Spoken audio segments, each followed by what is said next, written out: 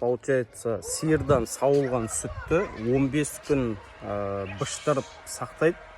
Ол сүт іркітке айналады. Қазір көрсетем, іркіт қандай болатынын.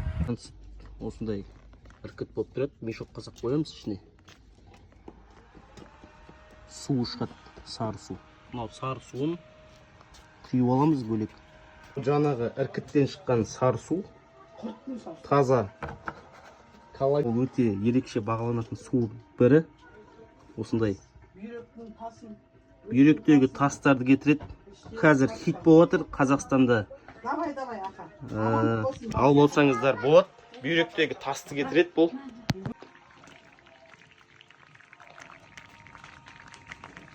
Таза құрты. Бұдан шыққан сары су өте пайдалы. Ірімшікті бөлек бұл сары судан адамның өтіндегі, бүйрегіндегі, мочевой пузырдағы бүкіл құм тастардың бәрін езіп шығарады. Специальный рецептпен шығарылады. Мен өзім жылда қаншама адамдарға сондай көмегімді ешқандай операциясыз аламын. 7,5 мм қуықтағы тас, бүйректегі 2,5 мм тастарды түсірдік.